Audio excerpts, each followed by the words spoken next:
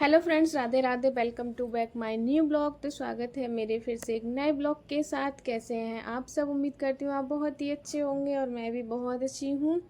जैसा कि आप देख पा रहे हैं, काफ़ी टाइम से मैं ब्लॉग नहीं बना पा रही थी। किसी कारणवश ऐसा था कि मैं कुछ नहीं कर पा रही थी, बिल्कुल भी इच्छा नहीं थी, बिल्कुल भी मन नहीं हो रहा था ब्लॉग बनाने का। तो आप चैनल को देखते हुए कोशिश करनी पड़ रही है।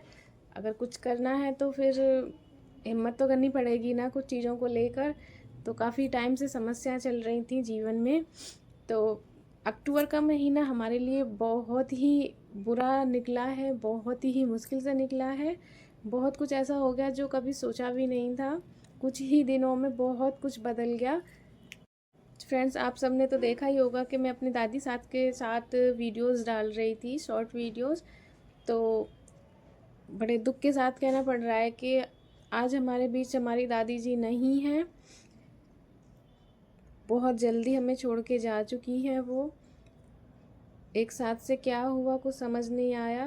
बस अभी भी ऐसा लगता है कि वो कहीं से आएंगी, आवाज़ देंगी। ऐसा महसूस ही नहीं होता, ये लगता है कि वो यहीं आसपास ही हैं। लेकिन सच तो यही है कि वो हमें छोड़ के बहुत दूर जा चुकी हैं। पिछले 4 तारीख को ख़त्म हुई थी। एक महीना बीत चुका है। तो कुछ मन नहीं हो रहा था कुछ भी करने का, वीडियोस वगैरह बनाने का और ब्लॉगिंग करने का भी। लेकिन चैनल हमारा बहुत डाउन जा रहा था, तो इस वजह से हमने शॉर्ट वीडियो भी डालना शुरू किया और ब्लॉग बनाने की भी कोशिश कर रही हूँ। और पिछले समय से मैं बहुत ज़्यादा बिज़ी भी थी, बिल्कुल टाइम नहीं मिल पा रहा था ब्लॉग बनाने का। लेकिन फ्रेंड्स, कुछ लोगों को तो बहुत खुशी हुई होगी उनके गुजर जाने से। आज दादी हमारे बीच में नहीं है। कुछ लोगों को तो बहुत खुशी हुई होगी और कुछ लोग तो ऐसे हैं अपने घमंड में इतना चूर हैं, कितना चूर हैं कि बस कह ही नहीं सकती किसी के बारे में भी। इंसान सुख में आए ना आए, लेकिन दुख में हर किसी के यहाँ जाना चाहिए। लेकिन कुछ चीज़ें ऐसी थी कि कोई नहीं आ पाया, कुछ लोग ऐसे थे जो नहीं आ पाए। बहुत दुख है उस चीज़ का भी। लेकिन क्या करें, ये जो अक्टूबर का महीना था ना, बहुत ही बुरा निकला है। जो नहीं होना था वो हो गया। समझ नहीं आ रहा क्या करना क्या नहीं करना। लेकिन एक हिम्मत के साथ फिर से खड़े होना है, चीज़ों को संभालना है, सोचना है भविष्य के बारे में। तो बहुत कुछ सोचा हुआ है कि बस ऊपर वाले का आशीर्वाद रहा तो बहुत कुछ करने का सोचा है। लेकिन हम इस साल में तो हम कुछ करना ही नहीं चाहते। नेक्स्ट ईयर में ही कुछ अच्छा करने का सोचा है, क्योंकि ये साल हमारे लिए बिल्कुल भी अच्छा नहीं गया है। दादी के ना होने से कुछ लोगों ने तो इतनी तेज़ी से रंग बदले, इतनी तेज़ी से रंग बदले हैं कि बस कुछ समझ नहीं आता। गिरगिट भी इतनी तेज़ी से रंग नहीं बदलता जितने कि लोगों ने बदले हैं, और अपने ही लोग हैं। तो कोई बात नहीं, खैर जैसे भगवान दिखा रहा है सब में देख रहे हैं, सभी लोगों के चेहरे भी देख रहे हैं और आगे भी देखेंगे और लड़ेंगे भी, जैसा हमारे साथ हो रहा है चीज़ों को लेकर। लेकिन इस बात का बहुत अफसोस है कि इतनी जल्दी दादी हमें छोड़ के जा चुकी है, इतनी जल्दी चली गई वो। सुबह का ही टाइम था, 8 साढ़े 8 के समथिंग। ज़रा सी देर में अच्छी खासी उठी थी, सब कुछ अच्छा था। और पता नहीं एक साथ से क्या हुआ, अचानक से ही सांस उनकी रुक गई। सोचा भी नहीं था, ऐसा लग रहा था कि वो ठीक हो जाएंगी, उम्मीद यही थी। लेकिन जो भगवान को मंजूर है उसके आगे किसी की चलती थोड़ी ना है। जितना उनका समय था वो उन्होंने जिया।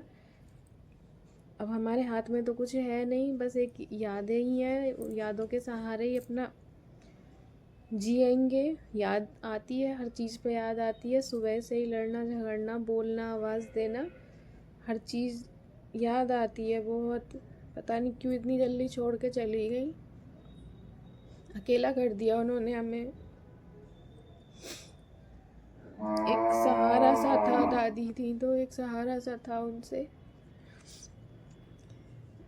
लेकिन जब से गई है ऐसे बिखर से गए हम, लेकिन फिर भी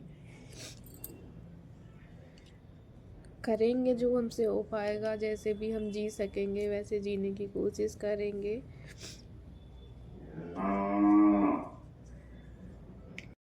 अम्मा मुझे बहुत प्यार करती थी, बहुत प्यार करती थी।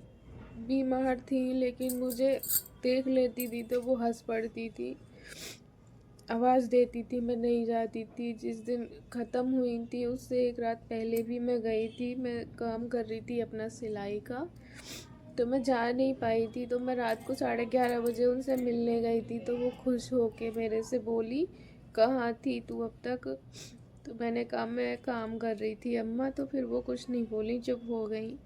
तो ऐसा लगा ही नहीं था कि वो रहेंगी नहीं या बचेंगी नहीं, ये था कि अब तो वो ठीक महसूस कर रही हैं, सही बोल चाल रही थी, पहचान रही थी।